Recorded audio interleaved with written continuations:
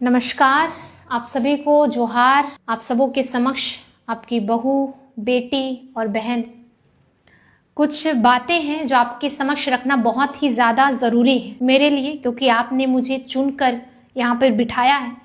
तो मैं चाहती हूँ कुछ बातें जो बहुत ही बढ़ाई जा रही है वो आपके समक्ष आना भी बहुत ज़रूरी है। उसके तथ्यों को जानना आपके लिए बहुत ज़्यादा ज़रूरी है। कल सुबह मैं अपने संगठन के कार्यक्रम यूनिटी मार्च में शामिल हुई थी और उसके बाद मैं टीएमएच गई थी। वहाँ पे हमारे बर्मा माइंस मंडल के हमारे जुझारू कार्यकर्ता जो कुछ दिन पहले गंभीर रूप से दुर्घटना में घायल हुए थे, वो टीएमएच में एडमिट हैं। उन्हें देखने के लिए मैं टीएमएच गई थी और टीएमएच से निकल के मैं रांची विधानसभा पहुंची ताकि शीतकालीन सत्र में मैं अपने क्षेत्रों से जुड़ी समस्याओं को प्रश्न के माध्यम से वहां जमा कर सकूं।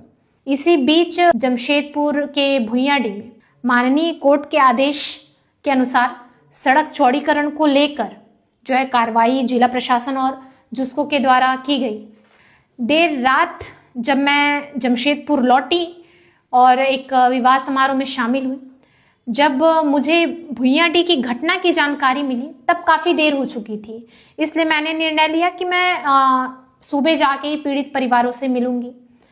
आज जब मैं घटना स्थल पर पहुंची और वहां की स्थिति को देखा, वहां पीड़ितों से मुलाकात की, उनका पक्ष जाना, तो उन्होंने बताया कि उन्हें कोई समय नहीं दिया गया कि वो अपने सामान को वहां से शिफ्ट कर सके।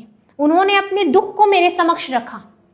कुछ माताएं बहनें थी जो इस चीज को समझ रही थी और वो सामने आकर उन्होंने मुझे बताया कि ये जो कार्रवाई हुई ना बहू, इसके पीछे आपका हाथ है कहकर हमें बताया जा रहा है कि इसमें पूर्णिमा साहू का हाथ है। ऐसा उन्हें गुमराह किया जा रहा है, भड़काया जा रहा है।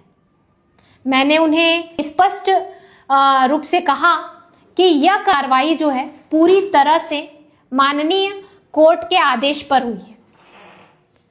इसमें मेरा या हमारा कोई भी हस्तक्षेप नहीं है।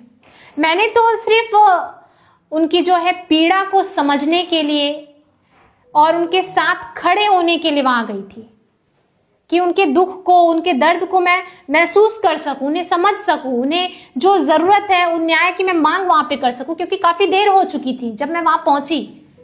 लेकिन मैं वहां पहुंची, कुछ लोग वहां पे थे जो बुजुर्गों से लेकर बच्चों तक को मेरे खिलाफ भड़काने का प्रयास कर रहे थे। मैं जिला प्रशासन और जुस्को से बस इतना कहना चाहती हूं, 3 प्रश्न है मेरे, आप इसका उत्तर जरूर दीजिएगा। पहला तो कि कोर्ट का जो आदेश था उसकी जानकारी सड़क किनारे रहने वाले लोगों को सबसे पहले क्यों नहीं दी गई। दूसरा, उन्हें मार्किंग क्यों नहीं दिखाई गई कि सड़क कहां से कहां तक चौड़ी होगी। तीसरा ये कि उन्हें अपने सामान को सुरक्षित स्थान पर ले जाने के लिए समय क्यों नहीं दिया गया। कुछ लोग हैं जो सोशल मीडिया के माध्यम से भी मेरे खिलाफ पोस्ट डालकर लोगों को भड़काने का कोशिश कर रहे हैं। आखिर क्यों? यह प्रशासन और जुस्को दोनों की सबसे बड़ी चूक है, जिसकी वजह से लोगों को भारी नुकसान उठाना पड़ा है। मैं चाहती हूं कि जिला प्रशासन और जुस्को पीड़ितों की मांग को गंभीरता से सुने और जल्द से जल्द उचित निर्णय लें। कुछ लोग वहां ऐसे भी थे जो वहां खड़ी महिलाओं को बार बार पोक कर रहे थे और उन्हें ये कहने के लिए कह रहे थे कि आप तो विधायक हैं, आपको कैसे पता नहीं होगा कि यहाँ पे कार्रवाई होने वाली है। तो मैं वैसे लोगों को इस वीडियो के माध्यम से बता देना चाहती हूँ कि इस जिला की मालिक मैं नहीं हूँ, माननीय डीसी साहब है, उपायुक्त महोदय हैं।